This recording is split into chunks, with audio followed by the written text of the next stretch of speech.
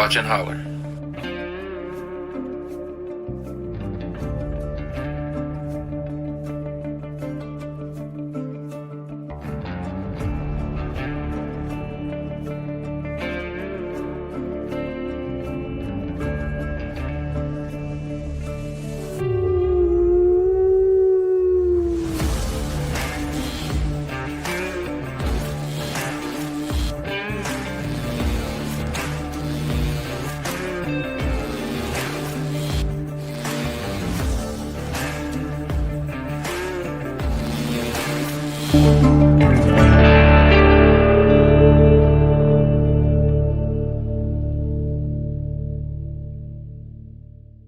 Please like and subscribe. And hit that bell.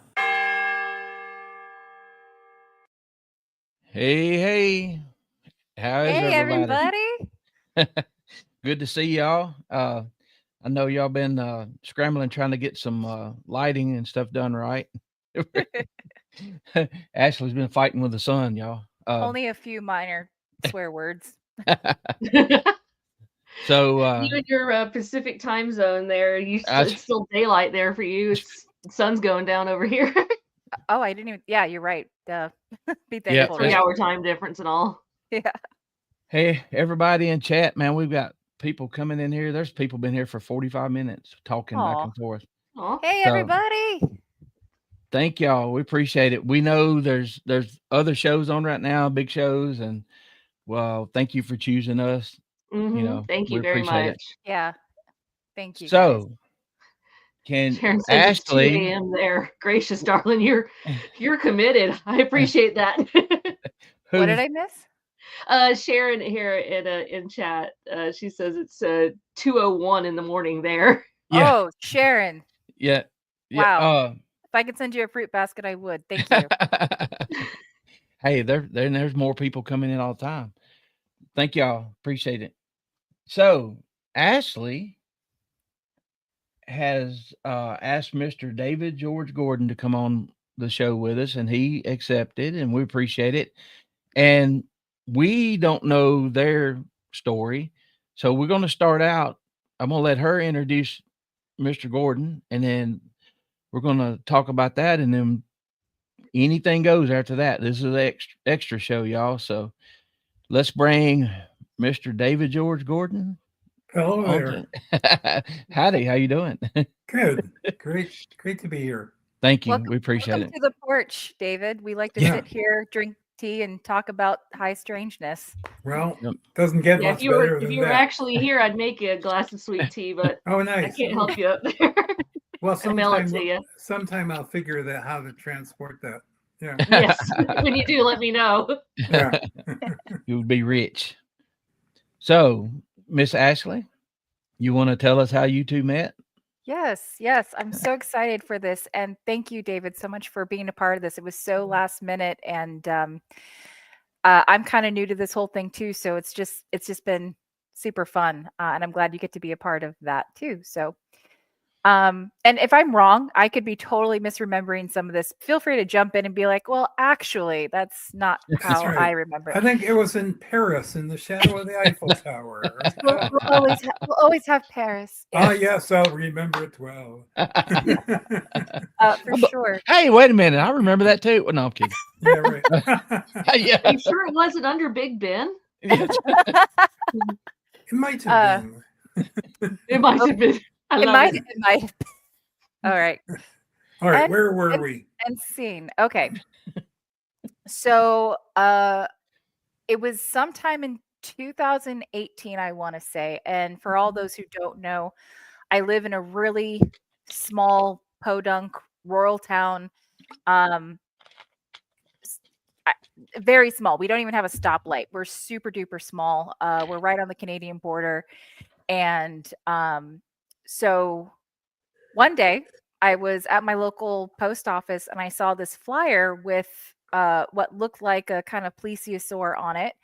And it just said local library welcomes, Mr. David George Gordon, and he's going to like a speech, a talk about cryptids, specifically water cryptids. y'all, I think the whole valley heard me squeal with delight because this was not only of personal interest, clearly, but I didn't have to go to it. It came to me, and I was just so excited. So, however long between the time I saw the flyer to the actual event, I nerded out, guys. I showed up dressed to the nines with every book and pen and note paper, and I didn't know what to expect. I'd never heard of you, David, at that point, but I was just so excited.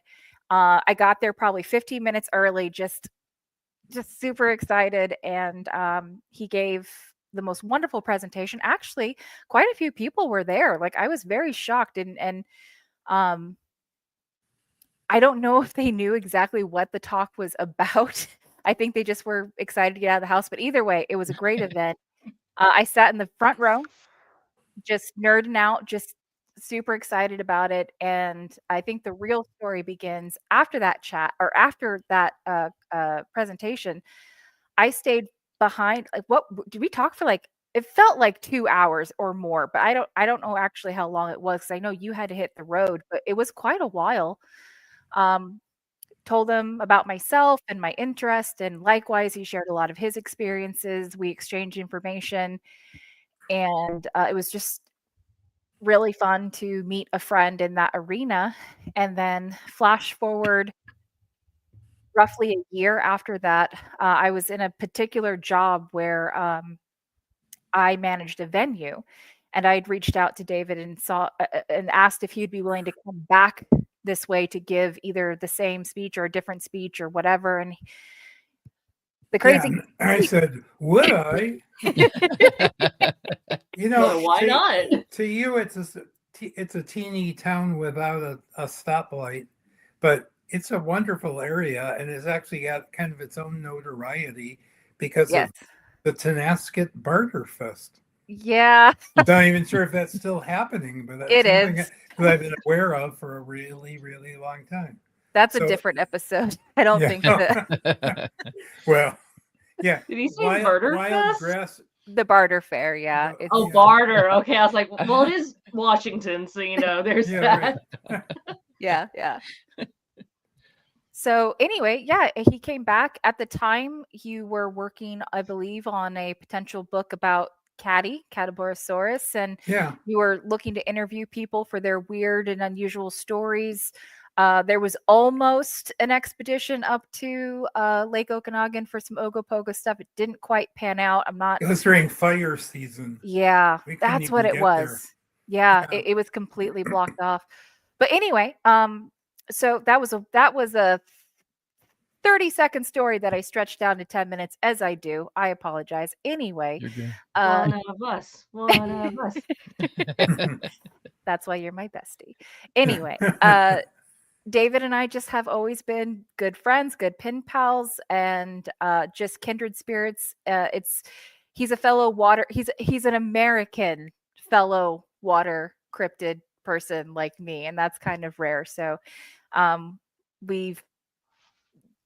we have that in common, a few other things in common. And so recently had a chance to sit down and have coffee and chit chat and get caught up. And so when this opportunity came along and I asked Roger and Amanda, hey, I think this might be something. And he was gracious enough to be here. So that's it. I want to turn this into the Harry Met Sally vignette. Now I get to tell my side of the story. Please, let's hear it. Well, I'll my have side what of the she's story having. was- yeah, Yep. exactly. My side of the story is it was a slower reveal. I'm one of these people who goes, oh, I wrote a book about cooking with insects. Want to try some? I'm pretty engaged in that. But I think Ashley was actually a very slow reveal of her interest in Nessie and other creatures, great and small and weird and not weird. So it's only been recently that I figured out how deeply into it she is and how I appreciate that. I think it's really cool. So we are kind of on I don't know. I'm not going to say we're soulmates, but we're on a similar path. So I don't know. Kindred spirits, We're trail mates. Yeah. trail mate. Cool thing. I like that. Well, That's a good look, one. and coming from my side, it's always great to find somebody with similar interests, beliefs, or that you can learn from and share info with. And I can just imagine how excited that was for Ashley to just see that flyer. I wished I had that on video actually. Yeah. Or I even if you still had the flyer, like if the post office had let you have it or something. Oh I man. stole it off the court. Yeah, there you Oh, go. and that's More why I love you. and more people would have came to see you talk if No, she hadn't have stole that one. no. That's right. That's a good It's the point. Let me butterfly rephrase. effect. I should clarify. I mean, it was after the event. I went back and I stole it. So yeah, I didn't let somebody Okay. throw it away. Yeah. Good save. Good save. Yeah. Good save. But honestly, for the reasons you just said, Roger, I was mindful of that. I didn't want people to miss out on it because I'm like, as a, one of us. Yeah. Yeah. Mr. So Gordon shows up and there's one person in the one front row and it's Yeah, you. right. You got all the flyers, right? He's sitting there. honestly, And that's and the show that's must what I go I thought on. can't it was. say anything. I've been that person at plenty of other events. So Yeah. I kind of thought that's what it. I'm like, there's no way anybody else is going to show up to this because it's so like not niche, but like anyway. I was pleasantly surprised. It was for a random Tuesday in Orville. I think it was a hot event, so it's all Best good. day ever. Yeah. So I have, as long as we're stretching this moment into infinity here, I have a slightly different recollection, which is that the first time we met, I was giving a talk about Bigfoot, Sasquatch. And it was after that conversation that we got into a thing about doing sea monsters. I think I may be wrong with that, but So you had just given it was a presentation slideshow, and most of it was about Caddy, and you explained kind of what cryptozoology was and different examples of it. and that's why I'm not an expert witness, is because I can't even remember my own history. So actually, and I don't know if Amanda was able to find it because you actually have a really big library. I bought the book. my Yeah. my very handy dandy Abby cat toy bookmark here. Oh. Well, It worked. my real point is, though, the reason I love writing, it's not because it's given me so much wealth, because it hasn't, but I love meeting people through these projects. And for that very reason, Ashley and I were kind of like, we just latched onto each other, because I don't know what else. If we were talking sports, it wouldn't have gone anywhere. But I love meeting people. I met a guy who was in his 90s, who's a Suquamish elder, and he's a basket weaver. Now, how would I have just met a person like that if it wasn't? Yeah. I'm on an assignment, so I Right. kind of love that. And I've also been able to tell when I'm on an assignment that's worth doing. A lot of coincidences happen that are good things. We call that synchronicity. No such thing as coincidence. I like it. Yep. Synchronicity, yes, definitely. And Well, it happens a lot. And actually, this notion of my looking into, I'm going to say, water beings, so we can get lake monsters and river creatures and all that in there too. As soon as I started looking at water beings, I was instantly connecting with other people, including Ashley. Yep, there it is. Which, by the way, this was a gift from David. This is Nice. lives permanently in my living room. This is after I launched a very unsuccessful, but God bless you all, Patreon attempt to raise funds to work on that book. In the middle of that, of course, the pandemic hit, and the idea of going to Canada for anything wasn't going to happen for a long time. So, well, you still know somebody with an in. So when you're ready, I'm ready. That's right. Yeah, I guess the real point is when we really connected was when I was with two of my friends. We call ourselves the Gnats of the Round Table, and we were going on adventures a lot together, kind of car camping. And I mentioned that this was a great opportunity to get some information on water beings in the lakes out there, and they were on it, and we were all set to go see Ogopogo and all that great stuff, but that did not happen. But we did get a chance to hang out and talk about, well, I'm going to say sea creatures, sea cryptids. There we go. Aquatic cryptids. That's right. God bless them. Have you Yeah, a lot of people don't realize there's just as many aquatic cryptids as Right. there are land cryptids Well, out there. So considering we know it's interesting very little phenomenon. about the oceans period, Mhm. I mean, it's like ridiculous how little we've explored the world's oceans, Mhm. but we know a little more about life on other planets, I think, than we do on our own. And that's actually a good question. I was going to ask you, Mr. David, is there's a common phrase that we know less than 10% about our own oceans as compared to what we know about outer space. Do you think that 10% would probably be about right as a naturalist? You know, I would have to say it's a dramatic statistic. Yeah. So, but yes, it probably is true. We someone said we know basically we've mapped the oceans to the size of Rhode Island. Mm. That's about all we know of the depths of the oceans. So, Which Rhode Island is so Like, small I was in going to say comparison to the United ridiculously. States, Yeah. much less that's right. the whole world. Did we drive through it? Yeah. So we just get Yeah, these you blink and you missed it. we get these little pinhole views of life in the oceans, and we're still discovering giant megafauna in various forms. I think it wasn't until the 1980s that they started getting actual footage of giant squids.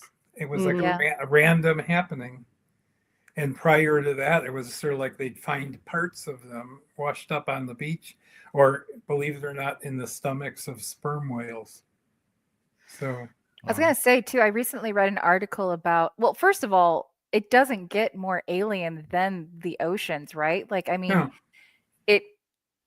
it might as well be deep space with, and some of Right. those critters get super gnarly. But I read an article, and at first I had to double check because I got halfway through the article and I thought, is this satire? And then I kept reading, and it had its reference, it referenced in sources and everything, and I'm like, oh. And the basis of the article was that if mankind were to go to extinct, statistically speaking, the creature who would have the most probable success of taking over, if you will, were octopi. Well, there you go. Yeah. Yeah. Well, octopuses. as if they aren't already from another planet. Yeah. They really are. They're the probably one that wipes us out. So hey, I always They're smarter than us, yes, apparently. they are. Because I they always don't need like- toys. no. No, they don't. Well- They are wicked smart. Yeah. Yeah, they can do all the and not only are they smart, but their bodies are practically indestructible in the way that they can move and figure things out. Like, we think we're top of the line because we got opposable thumbs. These things have opposable bodies. Like, their whole thing's a thumb. But I always liked the I read it in like a creepypasta when I was, many, many moons ago, but it was something along the lines of a meteor or something hit the earth, and it had some kind of like bacteria, whatever, on it. And it hit the earth first. And it is, in fact, your octopuses and your squids and your jellyfish are actually from space. They just adapted to the oceans, and then somewhere along we came along. But I mean, I've heard it's something very similar as well, like Yeah. somewhere in the depths of the internet. exactly. Gosh, I feel like Top Gun, just like I feel. Do you Let guys, me are get you that. familiar with this author, Ivan Sanderson? He Yes. wrote a big fat book about Sasquatch and Bigfoot, and The Abominable Snowman was the headline at that time. But it's basically a compendium of all this stuff. And then he went on to write a book after that about strange sea life. And then he went on. It was interesting to me because he just kept getting further and further out there and writing more for like Argosy magazine instead of serious science magazines, although his first books were winning awards. Eventually, he wrote a whole book about spaceships under the ocean. Oh, interesting. I did not know that. It was kind of his swan song because his career was kind of going down. But it's So he just owned it. Yeah, right, exactly. But he was not afraid to talk about what is controversial topics. So God bless him for that. But Yeah. that's kind of the father of science, Well, scientific cryptozoology writing. and sometimes we forget, you go back 25, 30, 35 years or so, and people didn't talk about this stuff. Now you turn on the TV, you've got Ancient Aliens, you've got Monster Quest, you got reruns of this, and it's a totally different time right now. And some people that are younger are like, wait, he wrote a book about, aliens. What's the big deal? But 30 or 40 years ago, you didn't, especially here in the South, you didn't. You talked about it in small circles secretly, Yeah. So Yep. Yeah. That's the crazy thing to me, especially about Bigfoot. And I would think, Amanda, you would agree with me working in the museum and having access to some everyone's like, oh, well, how come we haven't found? It's like, well, actually we have. It's right here in a case. It's like right around the corner. Yeah, it's right there. And I think too, it's not a lack of evidence. And when I tell people about like this show specifically or the subject matters we talk about specifically, it's like, we're not trying to, like, we know we're not trying to convince anybody. We're just expanding on these subjects, right? Because it's like, Yeah. not that we're experts or anything. We take as Roger says, we take the subject matter seriously, but ourselves not so much.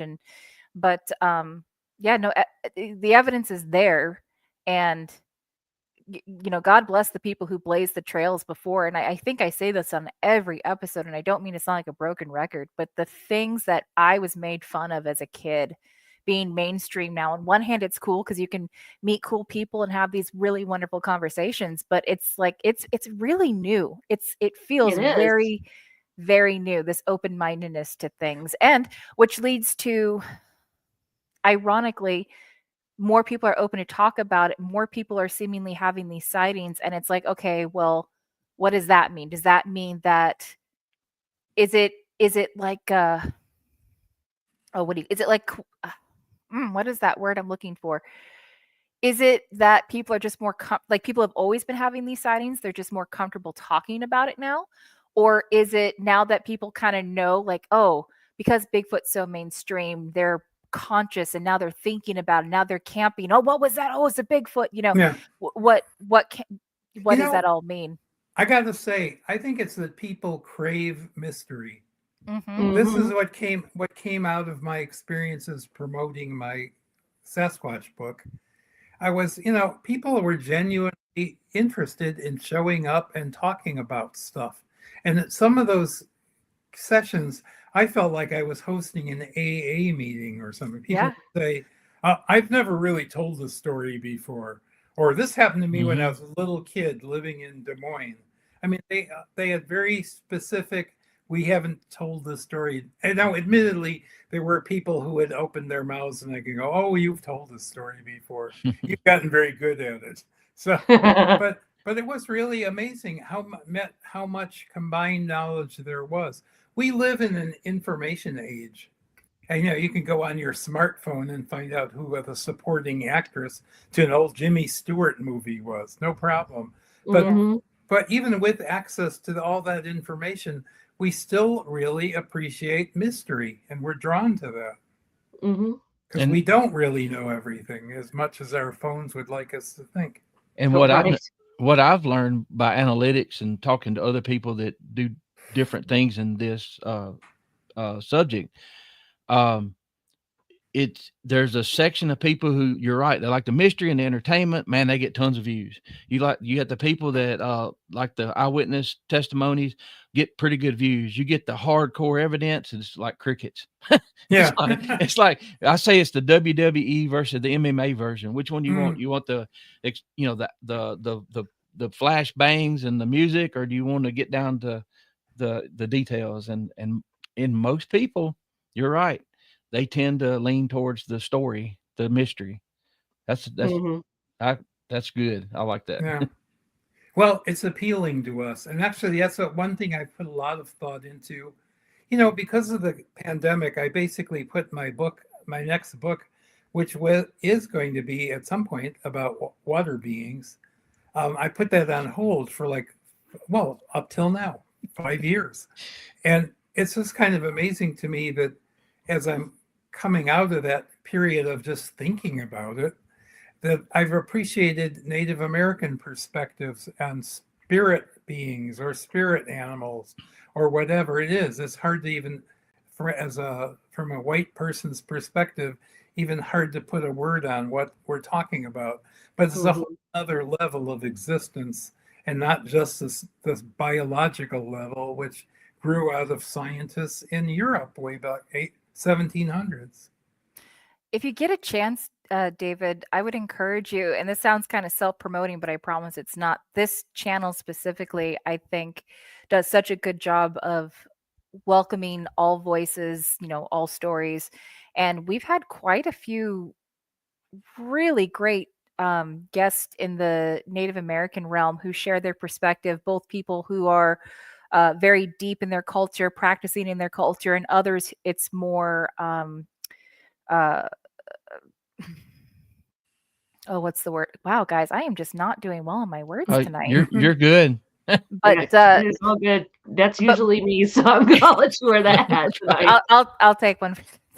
But then the other side, that's maybe just more heritage wise, in the sense like, yes, I'm a Native American, but I don't necessarily prescribe to certain beliefs. Whatever. I feel like the gamut on this show specifically has been very remarkable in that arena, especially with all the subject matters we talk about. Gee, and I'm going to pay more attention to this program, but I also would encourage you all, if you have contacts of people who can give me advisement about not the Germanic biological perspective of things, but the whatever it is, another dimensions perspective, I'd love to talk to them, because that's really what fascinates me right now. And what's fun, Mr. Gordon, is like today, I'm always thinking about different angles and things and stories. And so all of a sudden I'm like, Ken, he's in here right now. He was on the show. Yeah. I was like, Hey, Ken, is there a Native American word for dragon? He hadn't answered back yet. Oh, so, I'm watching these comments. I'm sure we'll get one here. Yeah. Yeah. There's a definite point of awakening if you're open to it. Yes, sir. Yeah. That's really true, and I'm glad to see even plain old mainstream. What's the everything on it movie? You lost me, David. What? I've lost myself on that one. But it's become alternate universe, reality has become more of a theme in motion pictures. Oh yeah, alternative realities, parallel universes, parallel worlds. Intra and extra dimensions, The Darkest Timeline is my personal favorite. Multiverse theory, that's another one. Oh yeah, wow. Yeah, String but there's a real interest in that, and I think if you tracked back, I don't know, 50 years, that wasn't a topic. No. So it was definitely a fringe topic, if it was a topic at all. And and there's a lot of stuff out now because of all these deep space telescopes about theories about the expanding or contracting or both universe. That's as you mentioned, that's become more of a common thread for people. It's definitely way more approachable. I think your average person, even if they're not knowledgeable just from a pop culture standpoint, I mean, Marvel alone, Marvel comic books, Marvel TV shows, movies, whatever, like multiverse theory, like you said, Amanda, like we have very basic understandings, and all these conversations are now at entry level. You don't have to even have an interest in something. Like Bigfoot is the biggest example. This is a challenge for the chat and anybody else who might be watching this later. Just next time you're out and about driving around, whether you're going in your local town or maybe you're going out of the road, just keep an eye out for Bigfoot memorabilia. Maybe it's a sign in somebody's, yard. Maybe it's a marketing thing and it's like Sasquatch hot sauce or something. Just kind of mentally, next time you see one, make a note. And I think you would be shocked at how interconnected. Yeah, sure. We'll go. That was the first thing I was trying to help you out. I was trying to interdated. That's not the word though. It's integrated. I'll go with that. Yeah. Yeah, but because it's Bigfoot now as a topic, whether you believe it, don't believe it, whatever you think your theory is, most people have a relative idea of what Bigfoot is. It's iconic, Yes. and Yeah. it wasn't Yes. before. And I now there's like when you go to the Seattle Tacoma Airport, SeaTac, there's like entire gift shops full of Sasquatchabilia. Yeah. Yeah. Kind of amazing to me. It's so commercialized. I saw somebody said, "Hey, look at this." And I'm like, "Oh my God, that's a Slim Jim ad." Quit showing me these things. Oh yeah, right. Yeah. Same. You know, Yeah. Every time I tell turn you- around, people's like, "Have you seen this? Have you seen it?" I'm like, "Yes, Bigfoot's everywhere. I Yeah, get it." Dr. Squat soap. That's what they're advertising. I have to say, my interest in culture, because I'm living in it. You're in it. Mm-hmm. So my interest in culture is how these things become iconic. Like if you go to my favorite example, if you go to a Hot Topic store and they have T-shirts all over the place, the T-shirts might have things like axolotls on them. Yeah. How'd that become a totemic animal? You all know what axolotls are. I like to ask a lot of questions. Yes. Yeah, right. Exactly. There's an axolotl. Axolotl. on the But also beach. Apparently, Yeah. that's me. three-toed sloths, or all the Mhm. stuff that suddenly becomes iconic. So And it Your hairy fish. I saw that. oh yeah, Yeah. I don't. Where was the I? It fur was, the fur-bearing trout, yes, the fur-bearing trout. not the hairy fish. The Shame on fur-bearing me. trout. Shame on Yes. me. But yeah, no, I saw it. Somebody had did those plastic scene fishes from like Oh the, yeah, right. Don't worry, Oh, about yeah. happy fish. Yeah, yeah, somebody had one of Billy Bass. Billy Billy Billy Bass. Yeah, that was yeah, it. yeah. Somebody had one of those, but they covered in fur and they had the Oh my. well, what you just said, what the official name of the fish, and I saw it because it was blasting a Creed song. And it was just really, and it's Of course. singing along to it, so it was really funny. Wow. Oh, me now. Yeah, exactly. I just exposed Heather to the greatest hits of Creed. She'd only heard like 2 songs. What? And she's like, "I didn't know they sung that. I've never heard that." Oh Huh. my God. So but you have the pockets, like somebody mentioned in chat, Mothman, and that's in a specific area. Then you may have Thunderbirds, in the Southwest. You may have in Cadborosaurus. Did I say it right? Yeah. Okay. I was making Ashley. I act like I can't talk sometimes, but Our anyway, southern tongues get in the way. yeah, Rob, right. It's all right. That's right. It's normal. So you have these pockets of different things, but Bigfoot, do you think you think it was the shows like Big Finding Bigfoot, because they were pretty popular, and then some of the even children's movies and cartoons. Hey, Harry and the Hendersons. Harry and the Hendersons my was a Yeah, big favorites. one. definitely Harry and the Yeah. The OG. Hendersons. Yeah. So And the Legend of Boggy Creek, of course, is huge. Oh, yes, and also Bigfoot true. or- well, and it went a similar path to Ancient Aliens because like they were on 24/7 at one point. Yeah. And now That's the right. government says that, oh yeah, we have them, and everybody's like, it's crickets. Everybody keeps going to work and everything. Nobody Yeah. cares until they land in your backyard. It's not an issue like everything else. But That's right. For Yes, Amanda and I, of our generation, there's this famous band called Blink 182, and one of the lead, I don't know if he's a guitar or bassist, but he's a big alien guy, and a lot of his songs kind of had weird alien titles. He actually left the band for a long time to go hardcore, not hobby, but hardcore pursue like the truth of aliens and stuff. Mm. Oh, And how he cool. kind of got made fun of for it, and like there's this really great clip, and it's somebody's filming and they're at the show, and one of the songs is called Aliens Exist, and he's like, F you guys, I was right. And he was so happy about it. And it was like right after the official, if you want to call it that, when the government conversations were Yeah. really big here recently, which is kind of shocking when you say that out loud, but Mhm.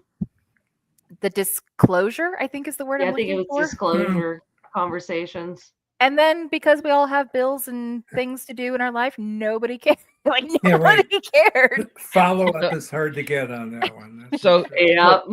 Mr. Gordon, Yeah. you've done a lot of. I did a quick search. Like I said, this was last minute. Usually, I apologize. Usually, I'll research and read and whatever. But I told Ashley and Amanda they may have to take the lead. But I do have a question with your job. As a writer and things you've done. How did the Bigfoot book come about? Yeah, great question. That is a good question because it goes back many, many years to my earliest writing attempts. And I wrote a book called Field Guide to the Sasquatch. I think it was about less than that, about 48 pages. So it's so slim that when it got onto a bookshelf, you couldn't see a spine for it. They'd actually expand the number of pages so you could actually write Field Guide to the Sasquatch on the side of it. And it was bizarre but true that then many years later, I went to an office Christmas party for the Northwest Science Writers Association, and a woman from Mountaineers Books came up to me and said, "Would you like to redo that book in a larger format?" And I thought, well, that would be cool. So, I did all the heavy lifting to get to the skinny book of facts that we knew at that point. Mm-hmm. Not much has been added. How hard could that be? But then, of course, one of my mottos is we've made the difficult seem impossible. So I immediately set out I like that. trying to make this project more complicated.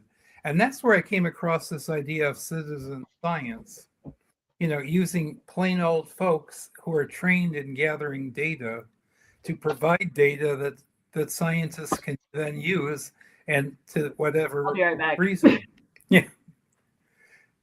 So, at any rate, that whole notion of getting people aware that they could be contributing meaningful data, of which there is not very much, mostly footprint casts and eyewitness reports. That's pretty much the evidence. How to get authenticated and believable evidence. That's really the thrust of that book. And that started turning into literally more than I can tackle. I hope at some point I'll revisit that and do things like provide sample spreadsheets for people to use and how to organize their findings a little better. So it's still a work in progress for me.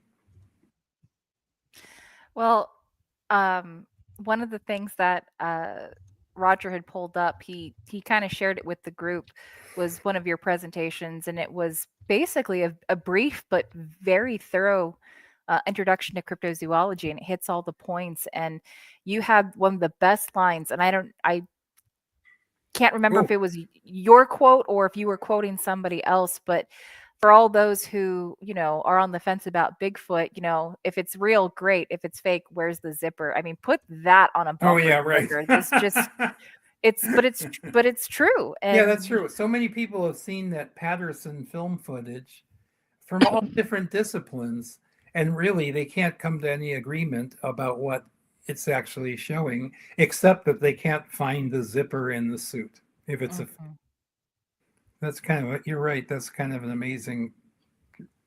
So it's come to this moment. We've got a question, pretty good. It says, David, as someone grounded in biology and natural history, what do you think is the most biological plausible explanation for the sustained global reports of Sasquatch? That's a fantastic question. Yeah, good question. I have to say, just off the top of my head, there are more people out there looking, but it's amazing to me how much you can evade. I talk in my book about people trying to find the rhinoceros species in Malaysia, a team for like 5 years and never really seeing any concrete evidence. Same thing is true with people who have been hunting or seeking grizzlies in the North Cascades in Washington state. They're thinking that there are populations of grizzlies that come back into Washington from over the border in Canada. They don't know they're crossing the border, of course, but they've sent whole crews out, trained crews out looking for them, and they find footprints, they find scat, they find trees with big scratches in them, but they have yet to see an actual grizzly in that 5-year study. So it's amazing how much we do have going to find the truth, but also if you're big and smart and elusive, good luck. Yeah. Hard to find you. Yeah. Still here, guys. Just need to plug my laptop in. Uh-huh. Oh, you're good. So I'm going to show your book here, the cover that you sent.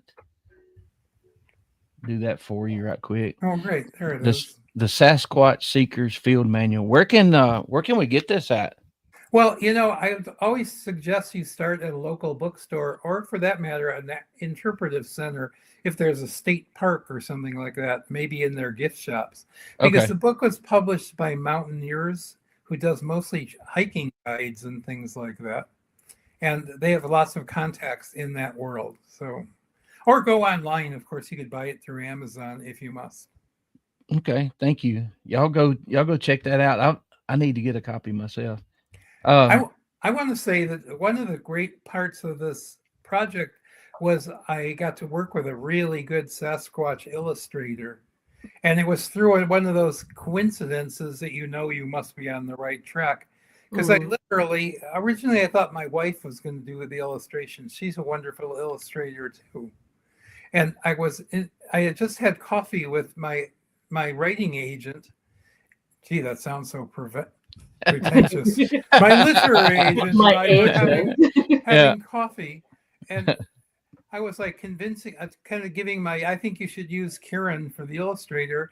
And Kieran goes, my gosh, there's a man behind us who I've known from years ago, and he works at Boeing, and he loves to draw. Sorry. That's my bad. He loves to draw Sasquatch. He was No in way. the same cafe.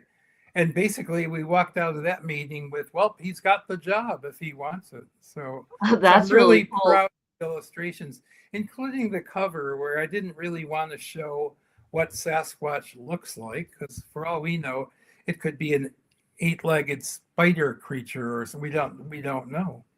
We just have That people. spider crawl. Yeah, we just have impressions from people who have seen this creature. So I was trying to do the classy thing of, well, don't show the animal. And Rick Getling, the illustrator, did a wonderful foot to put on the cover. And if you can show It is a great illustration. It really is. Yeah, he's a good guy. Well, and it's like when you're watching a good monster movie, doesn't show the monster right away. You have to Yeah, right. build up to it, right? Or some of them are even better off not to show the monster. I mean, it's like, this is off the subject, but we were talking about a good mystery. Some of the most terrifying shows I ever watched was the replays of Twilight Zone. They never showed the monster hardly. Yeah, it was the story that scared you. So it was that suspense or that mystery, like we were talking about earlier, except from a more fear-based angle. The most dangerous monster of them all, man. That's right. That's right. To serve man. Yeah, right. I remember the one to serve man. Oh, No, yeah, it's a cookbook. Yeah. That's right. Turn back. It's a cookbook. So this illustration that you sent is it what you were referring to? Oh, here. Yes, that's kind of a composite view, taking everybody's ideas. Well, it was kind of like this, right? And coming up with a composite, literally approximation of what this creature is looking like. It's funny because I kind of matched that up in the text of my book with this whole quote from the Washington State Environmental Atlas, which was published some time ago and has a whole essay on what people are saying Sasquatch or Bigfoot, two names for the same thing, what they're reporting. And people always quote this as, well, the government must believe it. They actually published this environmental atlas. It was actually like the Army Corps of Engineers published. I saw that. And they say basically with more and more people going into the woods, we should expect that we'll have more and more evidence whether this is real or a myth. And that was like 40 years ago. So, Right. The woman Yeah. who sued the state of California for not posting a beware of Sasquatch or Bigfoot posting because she felt like her and her family were in danger. They were out having a picnic or something, and I can't remember what type of sighting she had, if she saw one or multiple or whatever, but being so fearful for her life, whatever that situation was. And so, yeah, it made national news. She was trying to sue the state of California for not publicly announcing that these things might, enter at your own risk. These things might be in there. And yeah, right. And I know you mentioned it in your book as well, David, about the Washington State in the mid 70s actually had a blurb about beware of Sasquatch or what to look out for, along with other natural predators on, I think it was USGS, maybe. I can't think of off the top of my head. But anyway, they actually put a blurb in it, and it's actually pretty big and famous in the Bigfoot world now. Well, there's a lot of back and forth about it isn't, and Mhm. there's a Sasquatch protective ordinance in Skamania County, Washington. there is. And Yep. I know it never mentions this, but it was also passed on April Fool's Day. Yes. That. Our, But I think it was a sincere thing. It just coincidentally turned into the Yes. date was wrong. And 100%. apparently that became a thing slowly. We were in a state park last summer, and it showed, for people who were visiting the state, it showed the normal animals that you would see, the birds and I looked down in the right corner and I'm like, oh my God, they had Sasquatch down in the nice. corner. And so, hey, it's proof right there. I mean, So, Amanda, as somebody who literally sees Bigfoot iconography every single day, Yeah. what do you think of that? What do you think of that composite sketch? What are your thoughts? I think, like I said, if you're looking for basic, this is Sasquatch. I'm going to pull it back up because I Go talk ahead. with my hands. Like I said, when somebody describes or says, what is Sasquatch? This is automatically the first image that comes to mind, because it's very reminiscent, of course, to the Patterson film, which is where that famous shape of it walking with, the one arm in front, one arm in back with a bent knee and big foot, that comes from the Patterson film. And so, yeah, this exact image here would be, like I said, as far as a basic composite sketch, I think this is absolutely perfect. Well, I have to throw in my two bits on this, because I have a unique experience, I think, at least regarding this illustration. There was a gentleman quite some time ago, Rene de Hinden.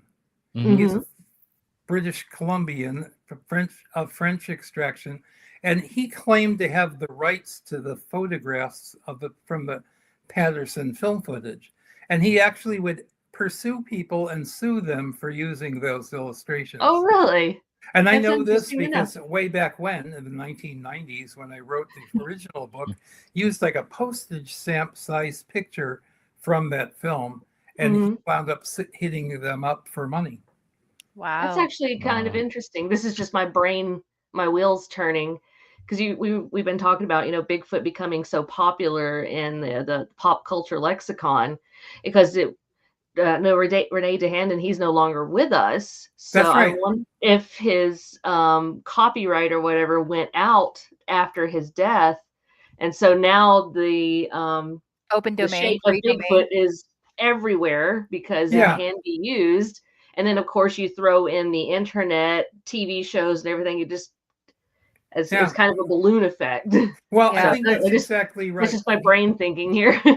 No, my wheels turning. I think my contention is, when he was in the process of chasing people down and suing them, it never got to a level where people must have settled along the way, because it never got to hey, wait a minute, this is public domain images and you don't own them, even if you think you do. Furthermore, there were like 3 or 4 different people who said they had rights to that film. That is true. That is very true.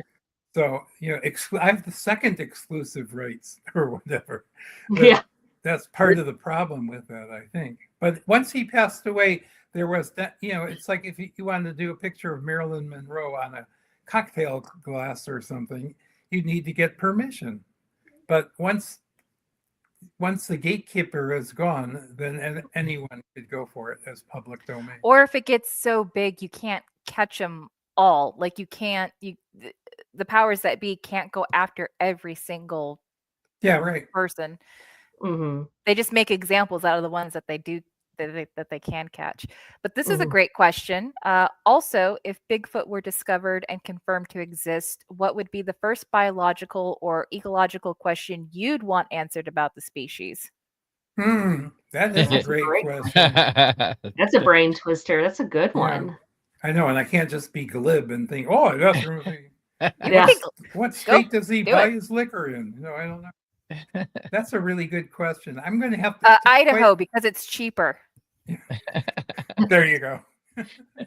Quite honestly, I'm going to think about that one because I just don't have well, of course I really am more focused on let's get some real information. I've had so many near misses with people where they go, oh yeah, we had hair samples and we sent them off to get tested. And well, what did you find out? Well, we never heard back from them. I mean, it was like, ugh. And well, why don't you send them some more samples? Well, we used them all up. I mean, it was just like one bad move after another that I was contending with in terms of trying to get real evidence. This might be a little easier. This is in your wheelhouse here. David, as a bug chef, if you had to prepare a wilderness survival menu while searching for Bigfoot, what would be on the plate? Oh, that's a great question. Depends on what area you're in first, right? Well, and you're talking to the man who wrote the Eat a Bug cookbook, so of course grasshoppers would figure prominently in that, I think. But I talk about this in the book itself, that having it, if you're going on a trip for more than an overnight, you should assign someone to making sure there's always good food and that people are not just living out of chips bags and totally on their own. There should actually be one person who's assigned to keep the food coming, because a large group of people that goes through a lot of calories. Just like some of the old wagon trains or the cattle herds where they always had Cookie, the wagon train, or right. I can't remember the name of it now. I'm thinking of Hop Singh, who was on Bonanza. That too. I was thinking about this cook that Shane and I watch on YouTube a lot, Cowboy Kent Rollins. He's still an active cookie on cattle drives out in Oklahoma and stuff, and still has the old I wish I could remember the name of the wagon. The name escapes me right now. Shane, if you're listening, what is this wagon called? Yep, Cookie.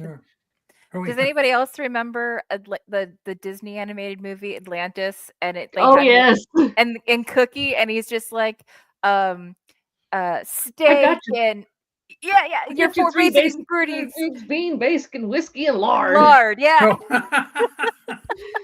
Just my brothers and I wore out that VHS tape, so I could probably quote it up and down. We loved Cookie. He was our favorite. So, Mr. Gordon, when you're researching for a book, and now I'm asking this because doing what we do, we have people all the time come up. Chuck wagon. Do you have people come up to you and like tell you this wonderful story, but you can't say anything because of my job? And then like, do you go ahead and use some of that without saying their name, or have you ever had, let's say, like a Forest Service person come up and say, but you can't tell that was me? Or I have to say my favorite part really of writing is research. And if I could just stop at that point, I'd be a happier man. Because writing for me is hard work. Mm-hmm. I know people where it just kind of spills out of them like Italian opera, but I'm not that person. I think everything through to the point where it starts hurting my head. But, there's that great quote, I don't like to write, I like to have written. Because I love talking about all this stuff and being open-minded about all of this stuff and seeing who comes forward. And it's amazing how everyone really, somewhere in them, has the story, whatever that story is. It's their story and their story alone to tell. And they're, Mm-hmm. for the most part, very free and sharing about that.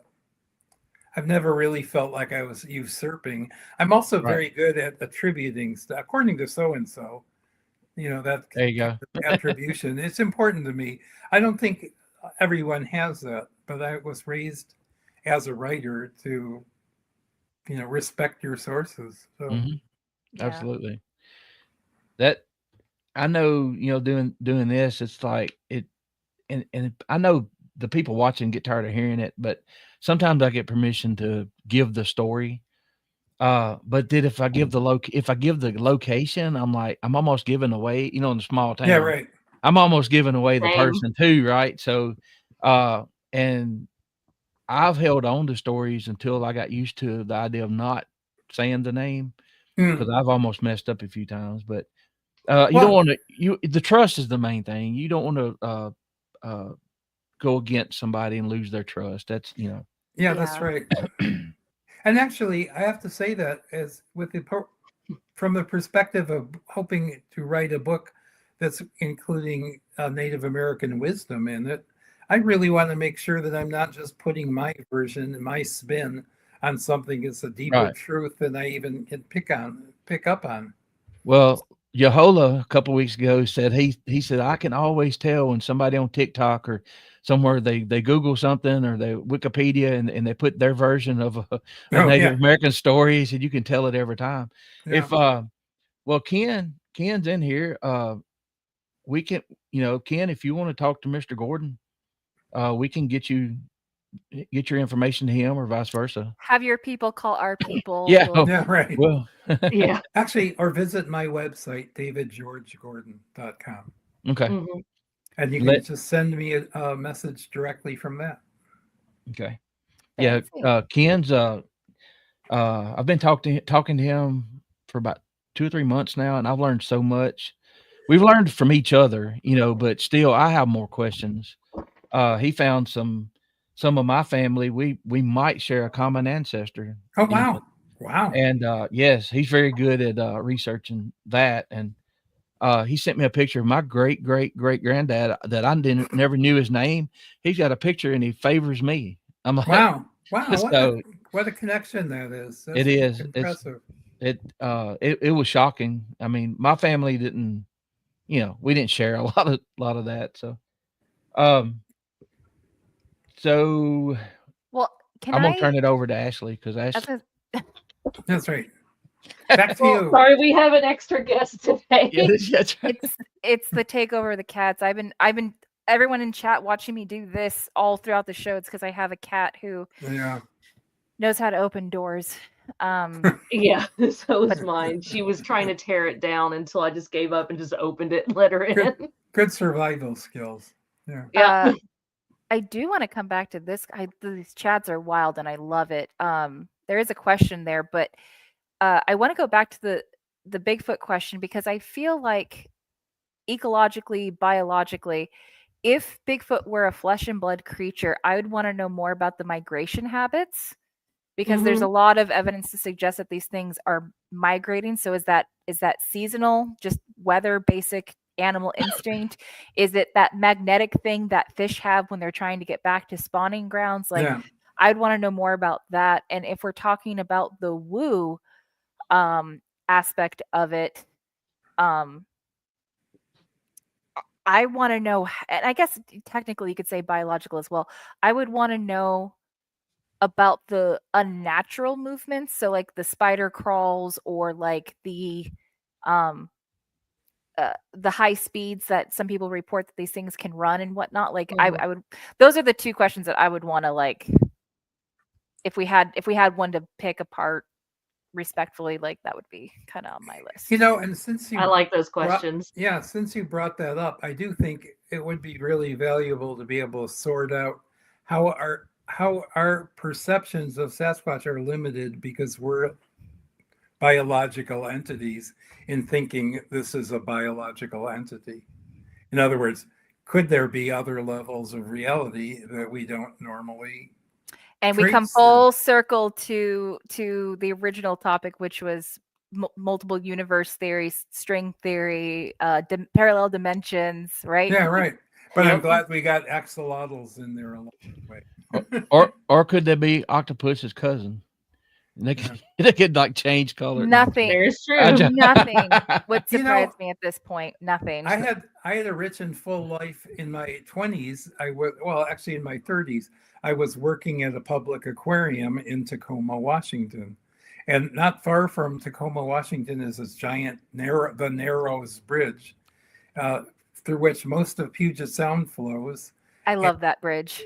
Yeah, it's so beautiful. It's like the mini Golden Gate Bridge. Mini Golden Gate, yeah. But the octopuses that live there are enormous. They're like the largest known of that species of the giant Pacific octopus.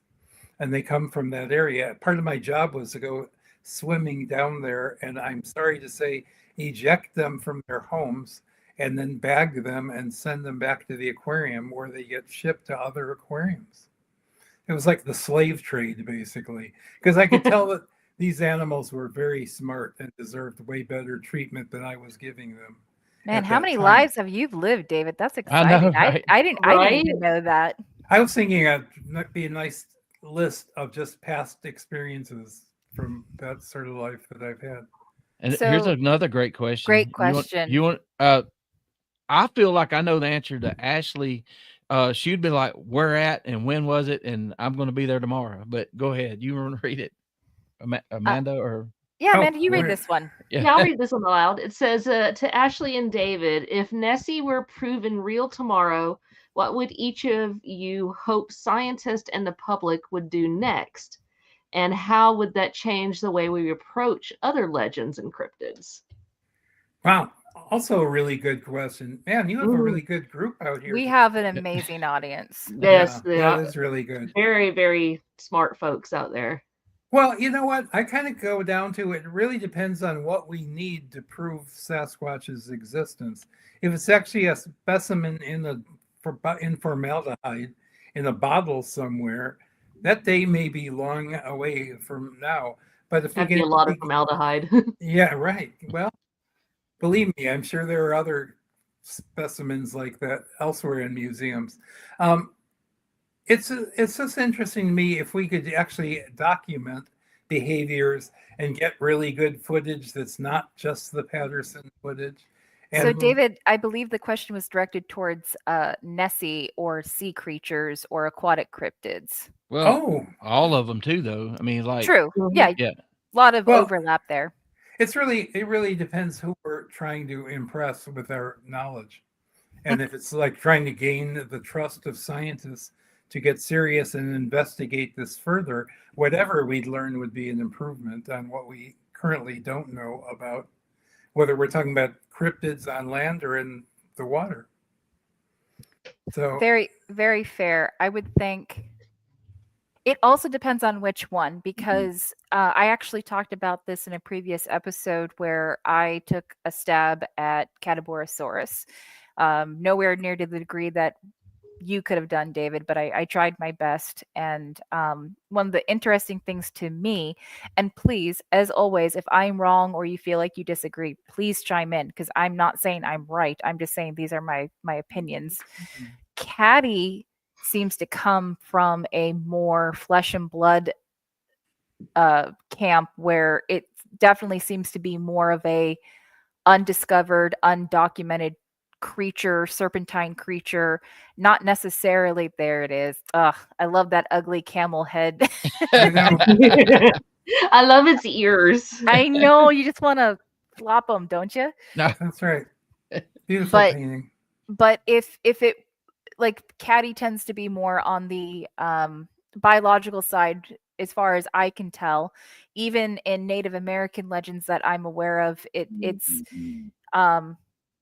there's not much woo that I've come across associated to Caddy, whereas things like Nessie, all sorts of woo. I mean, and you can make the argument, is it a flesh and blood creature? Is it a tulpa? Is it something Aleister Crowley accidentally let loose in the lake? I mean, you could go Yeah. 100 different directions in it. Mhm. So I think it really depends on which one. And also, and this is I feel like I make the same points every time I'm on this show. The unspoken tension and separation between Bigfoot people and like Loch Ness people, or Mothman people and Jersey Devil people, like it's always an us versus them thing. I think if we were to discover some kind of Loch Ness creature, and just kind of using that as a colloquial term, we would literally have to rewrite the history books, because if we pull something out of that water, okay, well, what is it? Even if it's just, let's just say it's just some like giant salamander or something.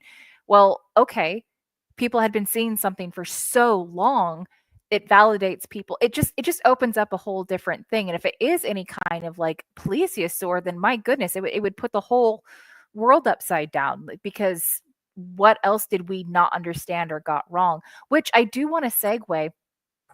I don't know if you remember this, David, but when you were up here the second time, when we were trying to do the Ogopogo research, you talked to a local man about what he claims a plesiosaur-like creature in Mission Lake, I think, if I'm remembering correctly. Do you recall anything about that? I think what I remember is Lake Omak. Yeah. He had seen he described as a kid. He saw this from the car window as he was driving with his dad. And this thing looked classic plesiosaur. Like you could see the scales glimmering in the light. But he's also the person who went on to get me thinking about the Native American perspective and how it's not that big a leap to think you'd seen something that wasn't identified by scientists, exclamation point yet. So I think I probably got it corralled. Excuse me, y'all. I think it's really interesting to me what we are willing to believe. When you think about it, we have pretty much mass buy-in in this country to the whole Garden of Eden myth. Mm-hmm. And if we don't believe in it, we at least know what it is, and we've seen images of it on organic produce trucks and things like that. Who knows? It's just a thing we all believe in. Well, from a Native American perspective, humanity was introduced into our world by a raven who opened a clamshell on a beach, and these little people came out. That's their mythos that everyone would have no problem with. Oh yeah, that's what happened. And I'm really eager to find what the end for me. This is selfish me as a writer, what the in is to get some of the reality from other cultures that aren't so nailed down with, I don't know, European science established. Right. I think that would be a fantastic read. I would absolutely love that, coming from a naturalist point of view, and like I said, very obviously European descent here, and seeing those parallels there of the because with a lot of the Native American stuff, a lot of it has been I'm just going to use the term whited out, meaning this color, meaning this. Yeah, right. And so it would be very, very interesting to see, like I said, some of their origin stories, and a lot of the their cryptids and things like that, but taking it from a naturalist point of view, because there's tons of books and things out there that take it in the woo aspect of things, from the spiritual side of things. It would be really interesting to see it from that lens. I hope that makes sense. Well, it does. Absolutely. It does, and what makes it tough is because of distrust, obvious distrust. I mean, I wouldn't trust me either. Then you can't share. I have a few fellas that's like, hey, if we ever meet in person, I can share that with you. I can't do it over the phone. I can't do it, and I understand it. And I feel blessed to be able to ask the questions I do ask, because I'm like, look, if I say something stupid, just let me know. I don't know any better. I'm trying to learn. So and the friends we have, they're awesome, and I think the communication is very valuable. Will it make a difference in the long run, with a bunch of people? maybe not. You know, the ones that watch our shows, we try to give everybody a voice. You know, and if I've always felt like if I felt like, you know, the second I think I'm the smartest person in the room, or quit listening, or quit trying to learn, that's as smart as I'm ever going to be, and it's a struggle for me anyway. So I kind of need to listen as much as I can. Right. But Sometimes the anyway, best thing to do is to have open ears and a closed mouth. yeah, Mhm. yeah, which is tough. I'm totally into this notion that people just need to expand their awareness. I know that's become, ever since Timothy Leary, it's become a kind of a trademark, but it's really true that you just can't be limited by your thinking. I have no reason to disbelieve anything unless you're trying to sell it. Right. So you can tell me anything, and I would be certain to absorb it to some degree. But as long as you don't have to invest in it, so I'm much more into the proof positive perspective than a disbeliever. I'll definitely give anyone a good shake with it. Mm. And Yeah. it's funny, you know, with the extra shows, we're all over the place. It seems like, maybe to some of the fans, but the reason we do this is because you can talk about the social part of the people that are into the water cryptids, and then you got the Mothman people, and then the ghost and the paranormal. But I like watching people, and it's not, you're not that far. They're kind of the same dynamics going on in each group, you know, and a Mhm. lot of them hate each other because, you know, one side said Sports. something. It's the Yeah, sports theory, like, Yeah. not my team. right, Yeah. right. So what I've tried to do with this little show is kind of try to pull all sides in just a little bit, so at least we can uh listen to the Yeah. other side, you know. So and it's worked so far. I think Amanda and Ashley they've really added to the show, and we're all just open-minded, and you know, come sit with us.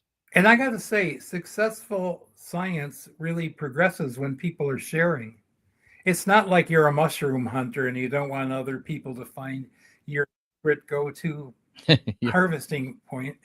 It's Mhm. like people put stuff out there as a hypothesis, and then other people go, "Well, that's kind of right, but it's not exactly like that," and things get bandied about for a long time before they really are developed into theories. Mhm. It's Well, very I think seldom that someone has that one aha moment that uh-huh. leads to a reality.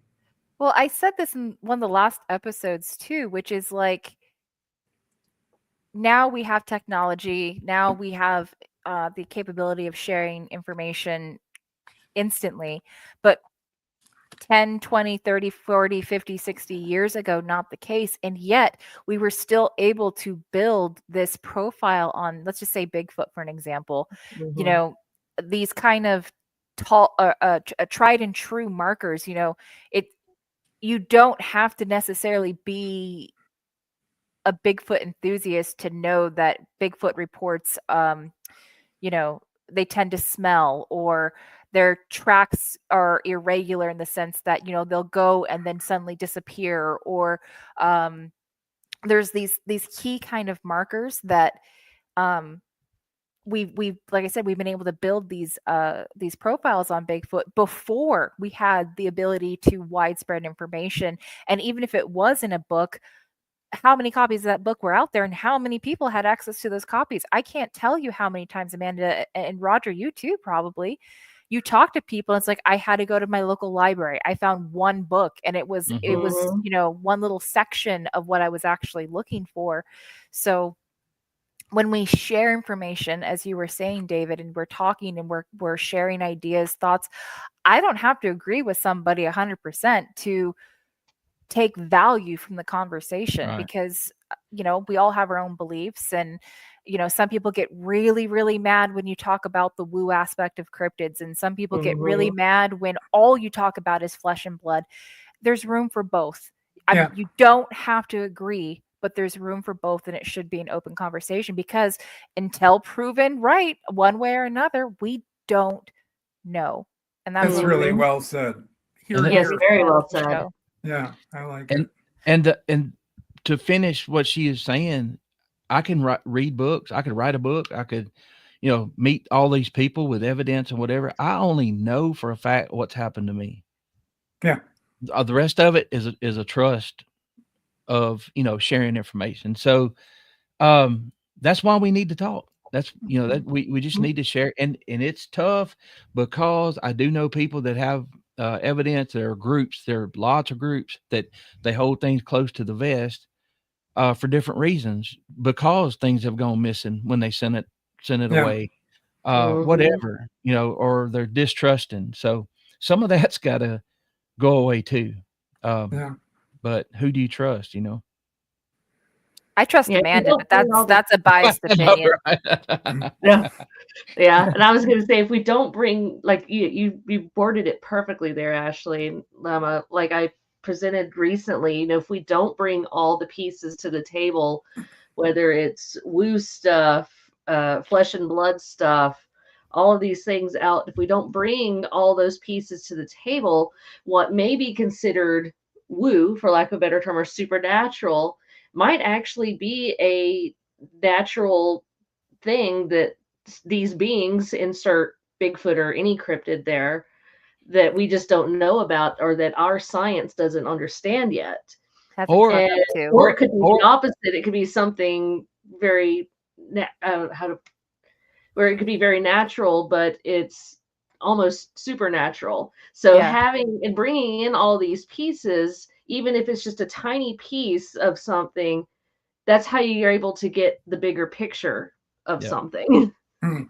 It's often I hear a lot of people talk about like the metaphor of a puzzle, right? Like you're putting the pieces of the puzzle together. But I liken it more to like a mosaic because I feel like yes, you're building it's not so much a picture as much as it is like a beautiful vision, right? And so like the pieces are going to be a little bit more jagged here or maybe this one's going to be more vibrant or whatever. And like you might hear a story that's super outlandish, but you believe the person because their earnest sincerity, the fear in their eye, or just they know that they know that they know what they saw.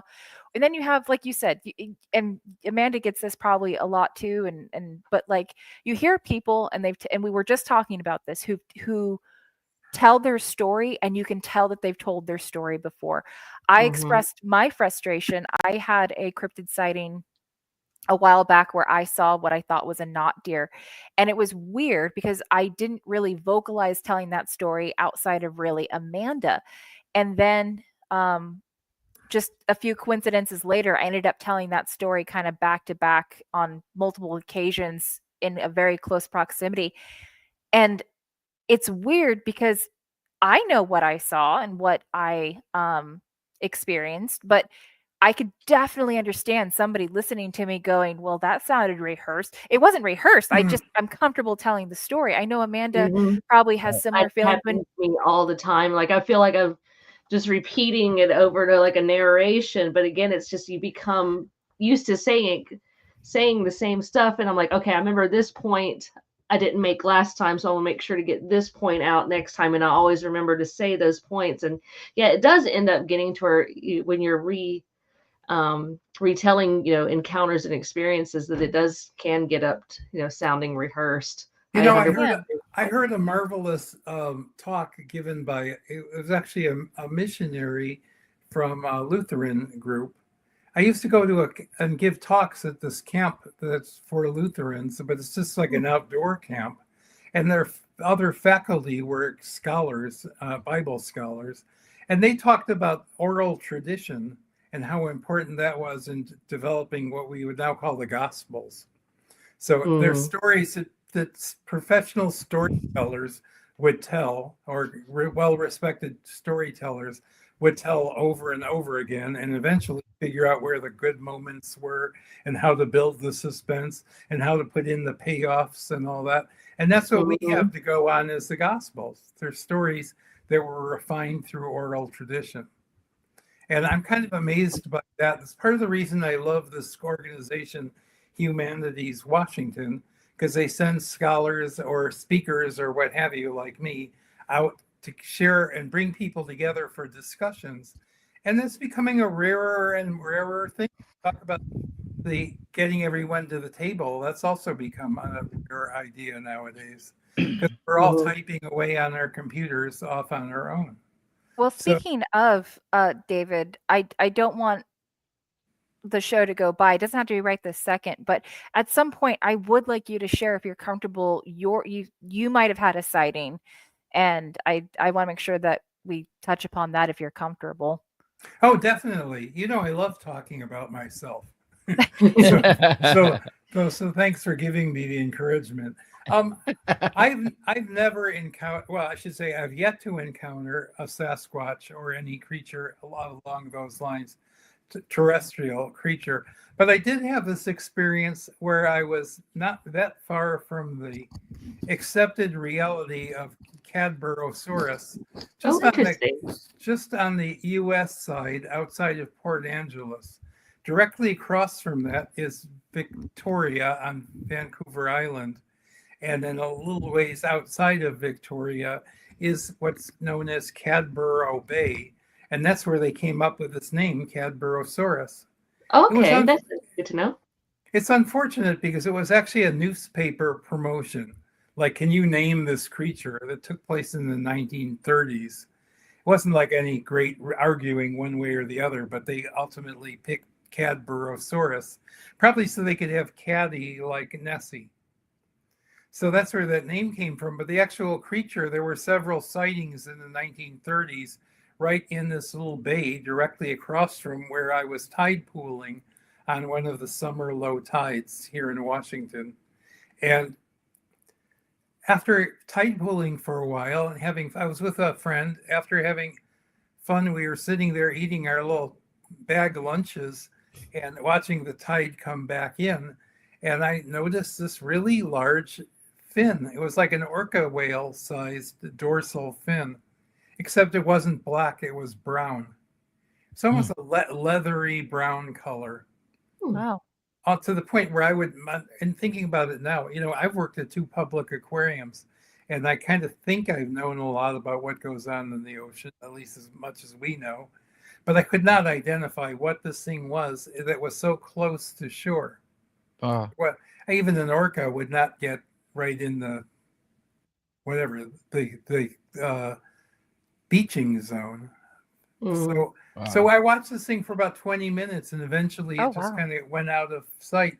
My friend and I both looked at each other like, "What was that?" I don't know. Well, but that was one of those that did I record it? Did I even write it down? Do I even know how to get in touch with that friend? No, none of that. So I was like, all the things I say about, here's what you should do. Write the story down as soon as you can. I didn't do any of it because I was those who can't do blown away. Yeah, right. Yeah. No. And that's how you learn. I mean, Speaking of there.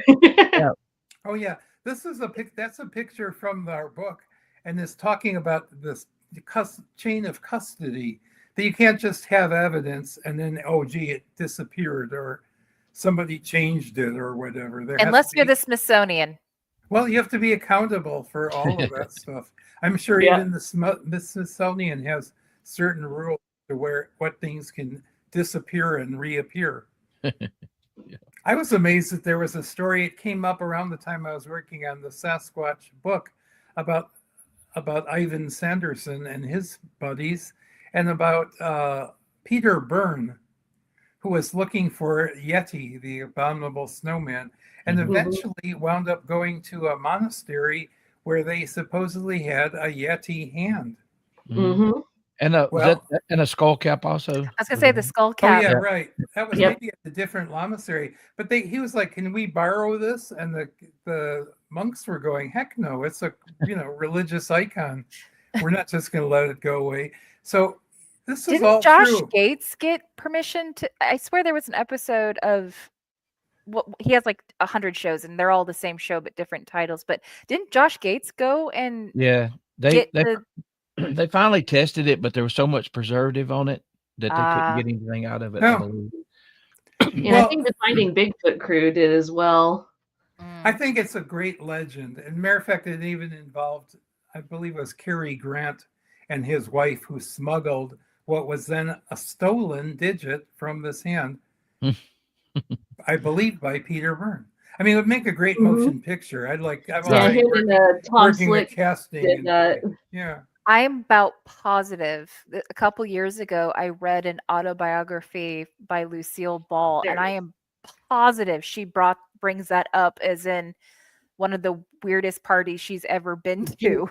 Oh, Uh, wow. and they had was it Lucille Ball or was it Natalie? I read a lot of biographies, and Yeah, somebody yeah. actually back in the day when you didn't need a lot of paperwork and security wasn't strict as nearly, I mean, at least not to what we consider it. I'm sure they thought it was pretty strict back in the day, and the things people would bring home, and like um you hear stories of, oh, grandpa came back from the war and he brought Yeah. this, and it's like, what? Like, Yeah, right. how did that clear customs? So it wouldn't surprise me that somebody somewhere would have from a market, a finger or a hand or Yeah, a right. whatever.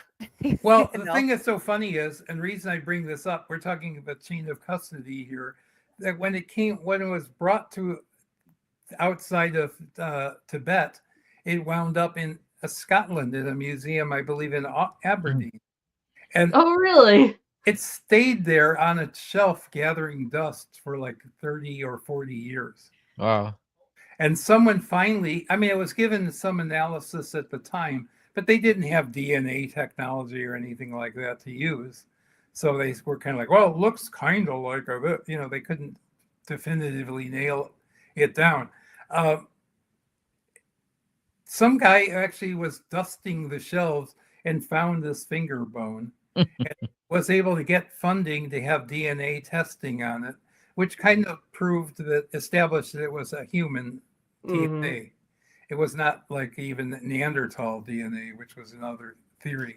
Can But I is say that that's like a gripe of mine when it comes to DNA? When it's like, oh, well, this was DNA tested, or like Loch Ness has been DNA tested and they didn't find. Okay, well, if it's an unknown species, we wouldn't have Yeah, DNA right. to match. Right. So just because it didn't match with any known thing that's not a win for you. Like, that's not a valid argument. Right. Yeah, right. And actually, Yeah. there's a lot of room for error. I couldn't tell you percentage wise what that is, but I'm sure Same it's thing with carbon high. dating. Yeah, I right. They're always, Mhm. it's either Yeah, there's so much room for 10,000 error. or 40,000 years ago. We don't know. Yeah, Yeah. like 30,000 year gap.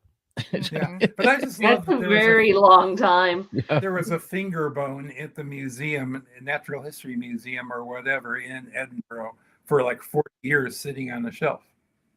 That's chain of custody for you. Right. Any idea where it is now? No, I have to go do a follow-up on that. Well, what bar That'd be was cool to that? know. Was it Scotland or somewhere? There's a big toe or a finger they have to do a drink. You ever seen that?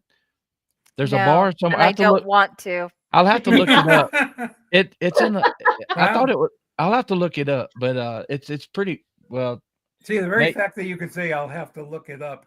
Yeah, speaks well of yeah. the information age. Yeah, that's right. Let me write that down. Yeah. Instead of ICMs, David, I heard about it. Yeah, I right. heard 'em. Yeah, That's right. Very I think cool. I probably saw it on Josh Gates actually. I don't think I'm watching enough shows. They were clickbait, not clickbait, but like obviously they're looking for stuff in every show. They're not going to necessarily find the smoking gun in every show, so you got to fill it with something, right? And it kind of became it kind of becomes a little like, what kind of crazy thing are we going to eat well in between expeditions? Like, I felt like That's a right. lot of that happened on that show. And you- Not complaining, it's very entertaining. I'm just saying, like, I've done things on vacation, or even tried things. Like, we were talking about grasshoppers and stuff. I would never eat a bug willingly. If I had to, I would think, if I had to, like, my life depended on it and I had a grasshopper, okay, maybe. It seems like the most approachable bug to me. But Mhm. shots Except- from Please, you're making me hungry. except the legs. So I got a question. So I've got a really good dehydrator. I can just like grab these bugs and dehydrate.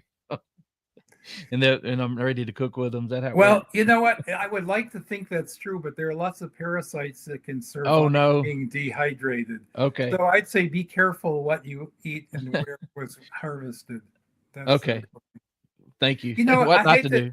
I hate to be rude here, but I have a date with my wife to go dining in a little bit. So I think we brought this conversation to a really good point about Yes. about opening our definitions on what we will accept as reality. And I'm happy with that. So thank you so much for having me on the program. Thank Yes, you. Thank you We so much appreciate it. thank you for being on putting the board. brakes on it for sure. That wifey comes first. Absolutely. Yeah. That's right. Absolutely. Well, and it's still sunny out, so God bless us. Yes.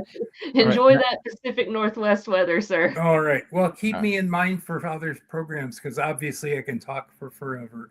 And There I you find go. Oh yes, it we all would love to have fascinating. you on for more and pick your brain. All Yeah. right. Nice to meet Thank you, you as much as I David. Good to could. meet you as well.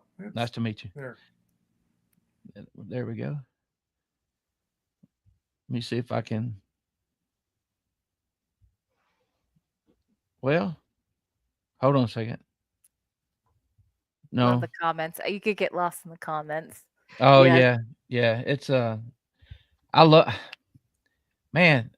And what's fun about that is we could go so many different directions, you Mhm. know, and that was fun. So y'all, I guess hour and a half in, you want to end it here, and we have Brooke Moreland next Thursday, and maybe Shelley Montana from the I'm field. gonna pull this up here for All us right. too. One, I want to say thank you to this person specifically for all the amazing questions that we're pulling up. Yes. Yeah. Thank So, you. I'm gonna go back through the comment section here on this show Okay. and write some of them down, and maybe we can do a questions from the comment section answering on maybe an extra show, because you put up I- some really great questions that I would like to dig into some more Well, Same. myself. I saw one from Sherry about the ears popping. There was one time I talked to Mary Fabian about this Mhm. last year, the first day of deer season. I heard some heavy footfalls, and it was where we get interrupted a couple times a season. And I heard the heavy footfalls. I'm thinking, this early? I mean, that gum is just getting daylight. I thought it was cows, but the cows were back at the barn, and the pressure changed. Like I was in a car going up a mountain or in an airplane or whatever. And so I had ringing in one ear and pressure in the other. And I asked Mary about that. We had a weird day that whole day, and we had some things happen. So she said, yes, that's happened to her. Now, it didn't make my ears pop, but it made them feel like they wanted to. And so it was, I've Just never kind had, of yeah, buzzing in one side and pressure in the other, or maybe pressure in both. I don't know. But infrasound. so I've never heard of that. I've never heard of, if I have, it was just so in passing. But like that, we all know what that pressure feeling. Like if you're going Mhm. over a pass or even in an airplane, we all know what that is. But I don't think I've ever heard it associated to cryptids or Bigfoot or anything. That's Well, interesting. that's why it was so strange, because I'm sitting on a fence row because in my hip, I hadn't had surgery yet, and my son dropped me off, and I hobbled over and put me a chair down, and I'm not moving, and I hear the footfalls, and I'm like, I know I got to be careful there, but obviously, and I don't remember which ear started buzzing. It wasn't like a cricket; it was a legit buzzing, and the other one I felt that pressure. Um, And I'm like, I'm not changing altitude. I'm not moving. And another time, I believe was during a tornado, so that pressure changing, but it was a clear cold morning. So y'all can call David. David, how many names you got? Dave. He- I was reading through as you were going through. That's awesome. Thank you. But Thank you, other David. I agree with you, Amanda. I think a chat Q&A whether it's, I don't know how far back we want to go, but I think that would be amazing because there's I promise I'm not zoned out. I'm just like Yeah, I know. y'all see me doing this like constantly because I'm looking here, then I'm responding on my phone. I'm doing a lot of the stuff here.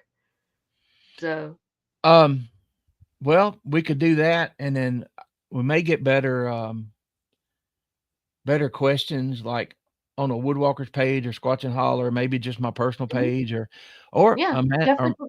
Amanda could ask TikTok. I could. I've done it before. Yeah, I can do and it again. we could do like say 3 questions from TikTok, hmm something like that, or depends we on how could many get a we good get. mixture. Yeah, okay. Right, right. All right. Yeah. If you get one good one, we can do that. Um, yeah, David. I was trying to figure out who that was, and that he's using another account. Okay. Well, thank you for being here, Ken. Thank you for helping me out. Did I was want to show just really quickly. Ken found some of my ancestors. Yeah, this My is great really cool. This is my really great cool. great grandpa. And I can't zoom in. I didn't do the zoomed in picture. But if I take these glasses off and this hat and everything, that's the shape of my head. So, and he said he got married like 3 times. So there's kids and grandkids scattered everywhere. So, and Mhm. this is the whole group here. And let me tell y'all something for the local people that has been around a while. I got a funny story. I mean So, this with all due respect, but that picture looks like something like you would see in the background of a scary movie. oh, it does. Look at the It kids. does. Look at the black-eyed children. I Look was at noticing that as look, yeah, well. It's like, I don't know Oh, if it's some of yeah. the editing from that yes. photo or what, but And yeah. it's kinda ghosted out there too, so it's kinda Yeah. creepy. I agree with you. Yeah, I wonder So if it is it a like a picture of a picture that's causing the blur, probably. or if it's just a That's bad scan, or if it's so all of the old. above. Just Greg, um, a genealogical nerd myself, as you know, Ashley, I love the old And photos a like that. photographer. And a photographer. I know I got to pick that back up. well, Uh, what's shocking is the kids weren't blurred because usually they move around too much back that True. then. So, I'm gonna should be our let next Greg topic. confirm this.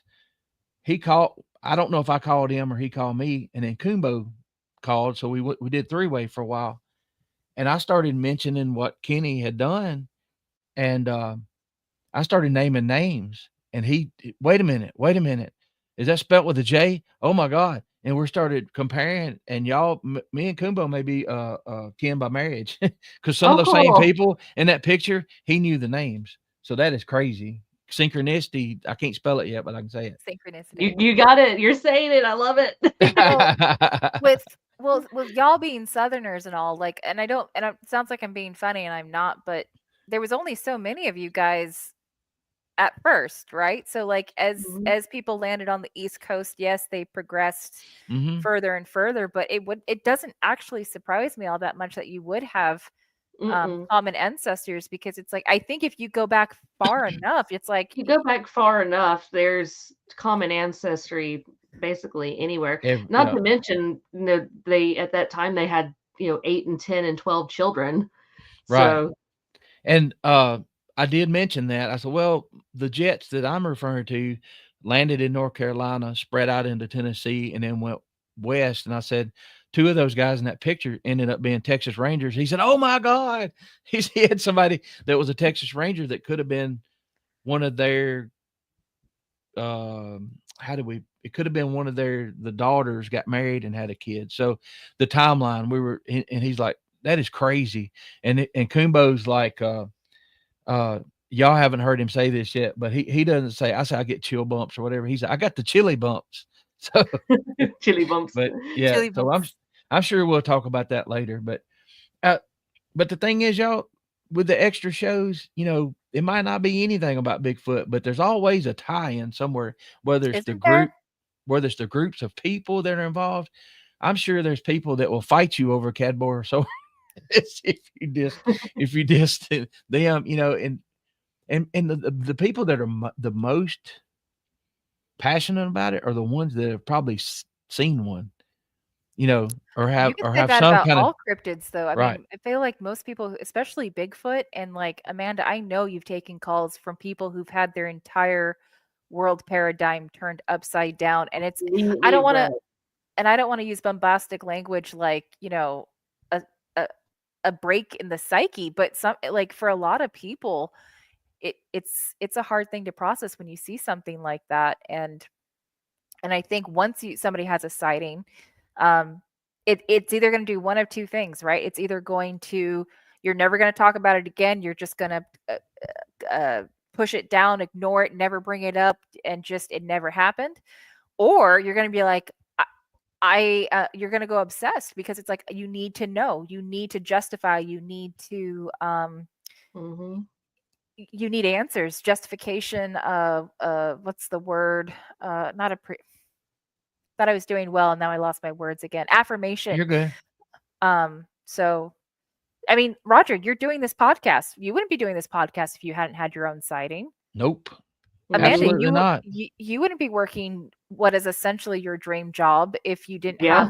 have a passion in this and what strike that passion. You had an encounter. Well, technically Yeah, two. or made myself a social media profile like specifically for a niche topic that used to get me Right. thrown in trash cans in middle school. Yep. Bottom lockers Literally. in 7th And- grade. Yeah. And Yeah. and to be honest, I've said this before, but we have people that are new to watching the show tonight. If I hadn't have seen one when I was 14 years old and I never had any kind of encounter, I wouldn't be watching these shows. I would probably be one of the ones saying they're crazy. But Mhm. but I had the ghost experience first, then the Bigfoot, then the UFO, then the orb. I think the orb was after the UFO. So um I don't know if having the weird stuff happen early in my life had me ready for the other stuff. Like it's layers of onion, like being Mhm. so that's why I say sometimes I don't know this for sure, but it feels like sometimes that things were shown to me, revealed at certain times in my life. I can't prove that. I don't know, but it's, Mhm. Mike Troiano, one of my first guests ever on the show from California. Ghost California. Eh? California, a ghost man. He's got a ghost cat, y'all. You have to elaborate. That's a pretty bold statement. No, we can go back and watch his. I was kind of scared to look behind him because he had a cat that passed away and would sometimes brush their leg and stuff. Oh, So, I see. Literal ghost cat. oh yeah, yeah.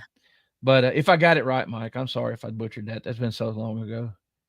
I probably had like 150 subs, and that was from something else. Yeah. Well, again, I'm so happy to be a part of this team, and it's been so much fun. And then like to have somebody who I know very well, like David, be able to be on this show. Like I I don't think I don't think it would be offensive to like I don't think David would be offended for me to say there's a lot he and I actually don't agree on, Right. I think. Yeah. But never let a disagreement come in between a friendship, especially one bonded with so many wonderful things. I mean, when we can just sit down and have a conversation, that's what I feel like this whole show is. It's just, oh, that's awesome. I know. Just That's gifting those memberships. That is amazing. y'all just Thank don't you. know. That helps a lot. Thank you It, very much, Mhm. Michelle. yeah, Mi- that Mi- really does. Yes, yes, it does. Well, it helps a lot of stuff, Michelle. It helps us be here. Like it doesn't cost a ton, but that helps keep it going where it does. It 'Cause doesn't matter if it costs a ton, if it's coming out of somebody else's pocket. I mean, right. that's a gift. But That's a gift. what that goes to, of course, is the StreamYard's like $44 a month for the version I've got. But then the upgrades, I've tried to upgrade along, and it's all put back into it. So That would be a good one. no, I have not. I have not. Amanda. I have connections. Maybe I can see if I can make that happen. Oh, I don't think I might have asked her one time, All but you I'm can not do, sure. you can ask. All she can do Yeah, is you say can do no. you can do is ask. I only say that because I got the great opportunity to actually work with Sibylla at the Bigfoot Museum for a couple of weeks. I was actually hired on at the museum because she was leaving that position to go and pursue other research. Like So actual I research. have a deep love and respect for Miss Sibylla Irwin. For those who don't know, I'll just sing her praises a little bit. She has taken her gift of art Y'all, I'll to be be right back, able y'all. to oh, go ahead. Yeah, she's taken her gift of art and is basically doing witness sketches for people as a way to help get people as a way to Ashley, help me with my vocabulary here, as a way to help people with the psychic issue Eyewitness aspects of where ways that they struggle to deal with, this is what I saw. Yeah. And now she's also taken that and expanded that into a YouTube show called Sketching Encounters, which is fabulous, where she's actually sitting down with the witness and letting them share their story, and then putting her artwork up with it as she goes. And she's also co-hosting with Mr. Jim Myers, who runs the Sasquatch Outpost in Bailey, Colorado, the That's other right. big Yeah. Bigfoot museum out there. Yeah, she is now co-hosting on their podcast. So Well, could you imagine? shout out and lots of love to Sibylla if you see this. But She's imagine definitely one of my favorite people. Imagine having an encounter, whether you take positive or negative from it. You could be stoked, you could be fearful, whatever, but for you just saw something. And then somebody like Sibylla comes along and is able to truly bridge that gap and give you something tangible. Like, is this what you saw? And it's like, from your descriptions, from your because sometimes you look at police sketches and they can be a little wacky, right? Like, why is the person's eyes so buggy, or why? Well, it's because when we describe things, certain things stand out to us more, right? And you're just trying to get the features right. So to be able to have not only the gift of art, but to be a witness sketch person is like on a whole nother level. And I've seen, I'm a huge fan of her work as well. So like, man, she's really living the dream. And if I remember correctly, she's a field researcher, isn't she? Yeah, she does some amazing field research. She's done I don't know if I want to give specific locations off on her or not, but here in the Southeast, she's gone out solo, done research. She's done she's been doing research for years, and we talk about boots on the ground, but it doesn't get any more boots on the ground than. Yeah, she does. And she's also open as I am, which she helped me open up to that a lot more, the very spiritual aspects of these being Sasquatch and other cryptids. And she's just a great person all around. The guy that I helped when I first started the co-host thing, she drew his. It took months and months. Yes. And she works to get those exact details. Yes. Yeah, he said it was very, very it was good work. He said it looked very close, but he messed up. She gave him a copy of it, like, or we're not going to do it yet. We're going to put this out or whatever. And I guess he forgot, and he showed it on his show, and she flipped out on him a little bit. But she was in the right, though. I mean, understandably so. Yeah, yes, I agree. He was definitely, and he said that he apologized, and they worked it out. But that, I think the one she did for him has, I don't know, around 500,000 views. Oh, wow. Whatever. It's a bunch. It may not be that many, but it's a ton. I believe it. Well, you can't work so closely. I mean, Danny. It's such a vast group of people in this field, in this arena. Like, you're probably going to step on toes, even accidentally. I think just it does. It happens. Open communication, a willingness to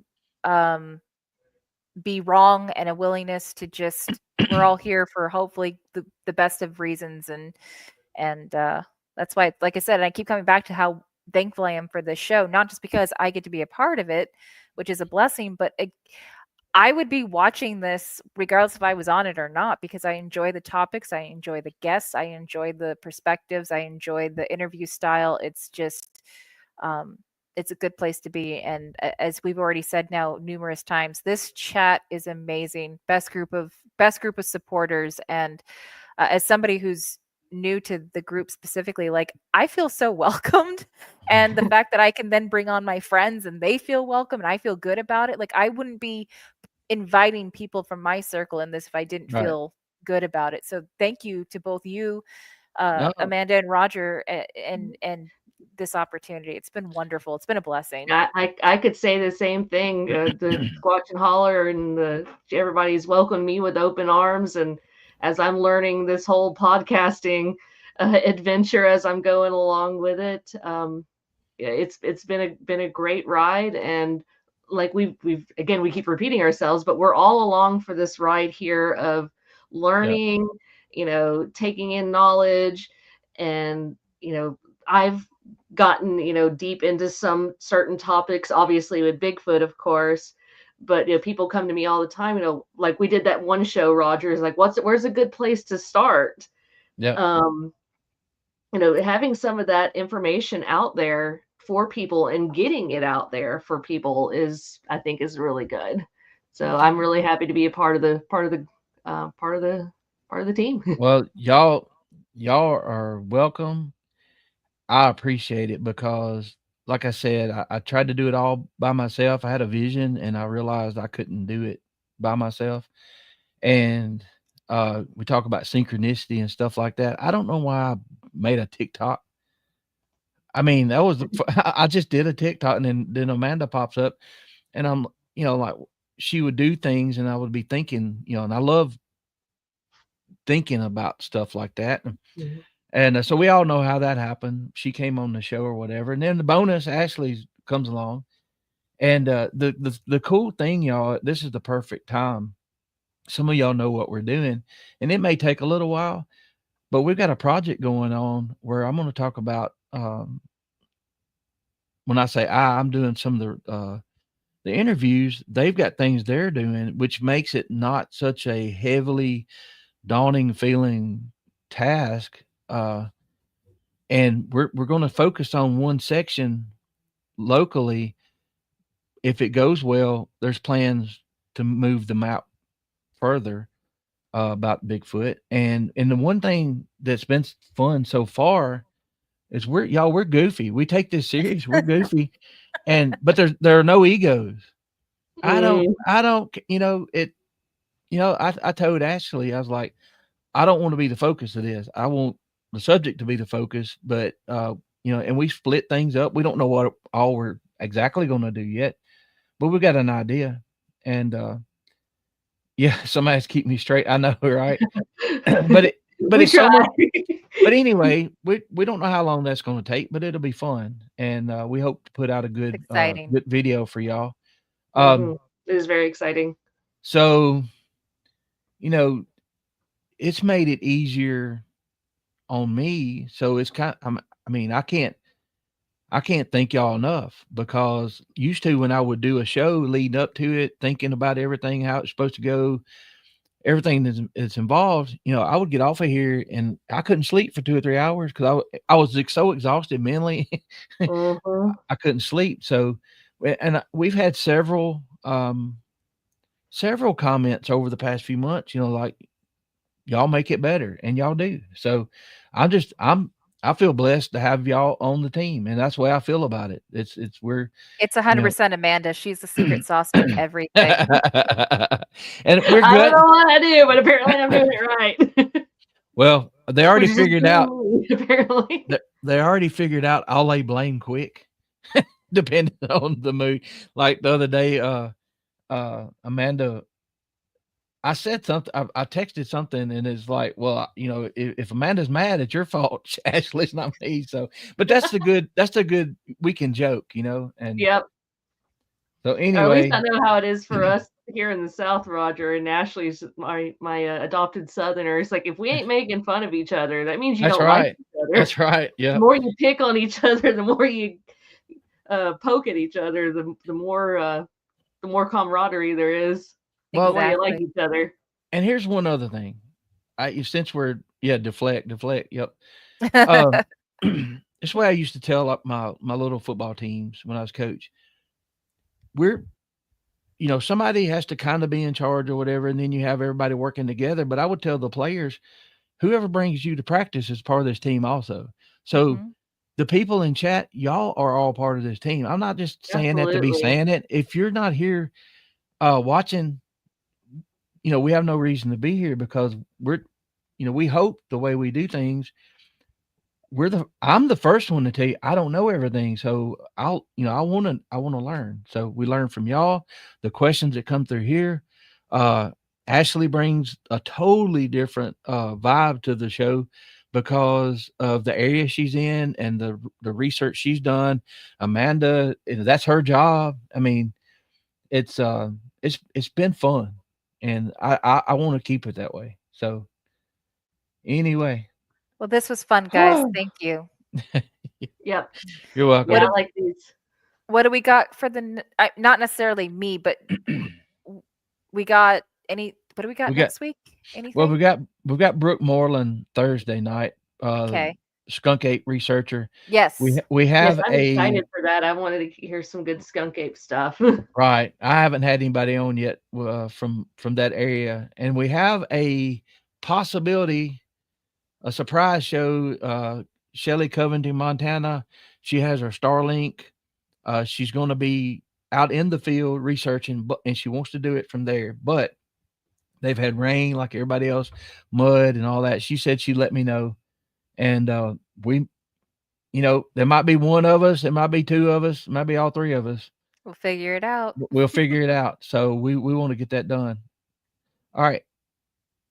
And also I want to say that I look at my Facebook. I looked at my Facebook today and I'm thinking, you know what? I've got more Bigfoot family commenting on my stuff than I do family.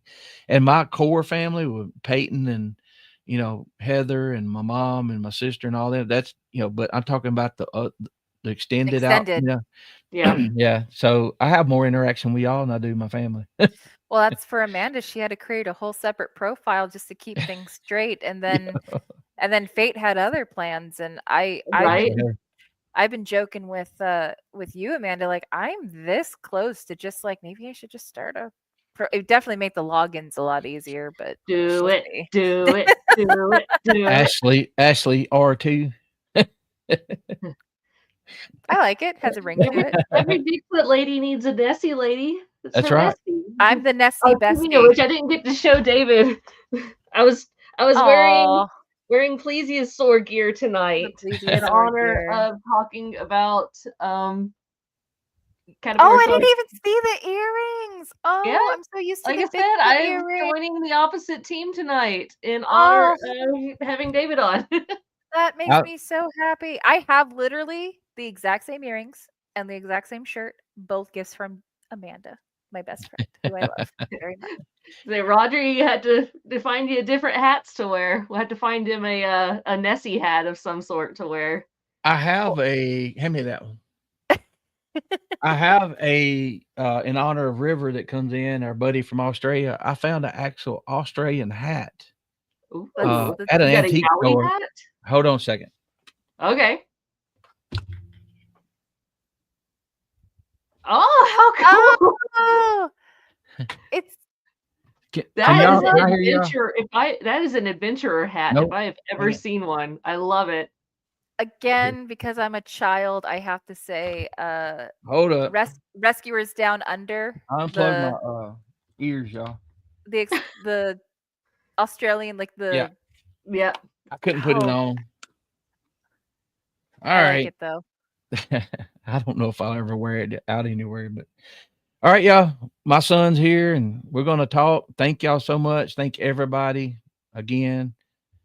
Yes, And thanks everybody in chat for hanging out with us through till And to the the end and just membership, listen to us thank you. gab. yes, Yes, and absolutely. thank you for the gifting the membership. Absolutely, that does Thank you help so much. the behind stage stuff for sure. Yeah. Y'all be sure. I'll miss a ton of people when I say this, but our core, Woodwalkers, Beast TV. There's a lot of old stuff on there.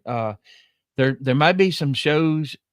Woodwalkers. They may be going to do some origin stories Oh, and that'd be have cool. how certain YouTube channels got started and where they're at now. And Mhm. we may be a part of that. I haven't talked to y'all yet, but Okay.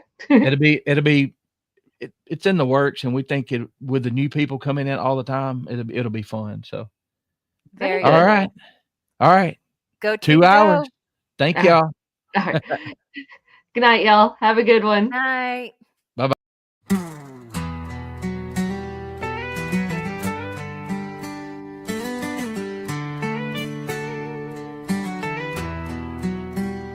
By the flickering campfire, tales come alive of a creature in the shadows where legends survive. In Fuke, Arkansas, down in Monster Mart's glow, they saw the beast in 72. The story still grows. Oh, Sasquatch, Bigfoot, skunk ape too. Through history's pages we've been watching you. From cave-drawn echoes to the Smoky Mountain Dew. By the fire we swear the stories are true.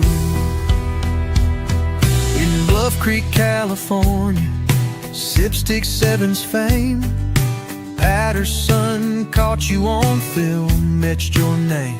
Salt Fork Park in Ohio, where the woods whisper low. Folks swear they hear your footsteps in the moonlit snow. Oh, Sasquatch, Bigfoot, skunk ape too. Through history's pages we've been watching you. From cave-drawn echoes to the Smoky Mountain Dew. By the fire we swear the stories are true.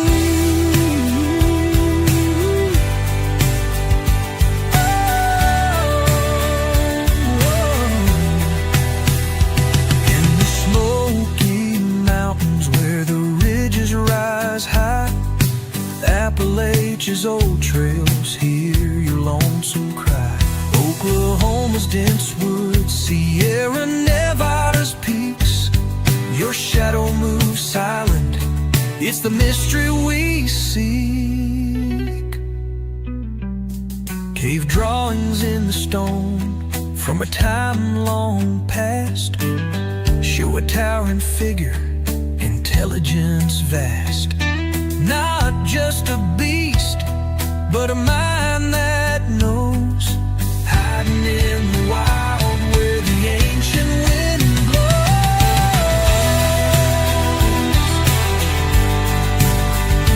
Yeah, yeah, yeah.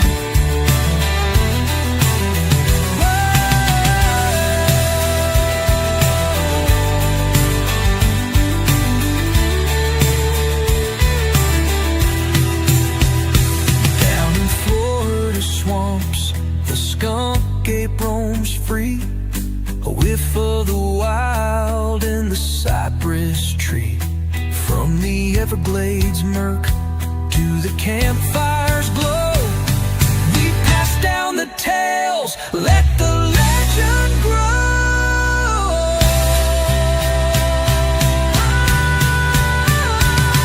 Oh, Sasquatch, Bigfoot, skunk ape too. Through history's pages we've been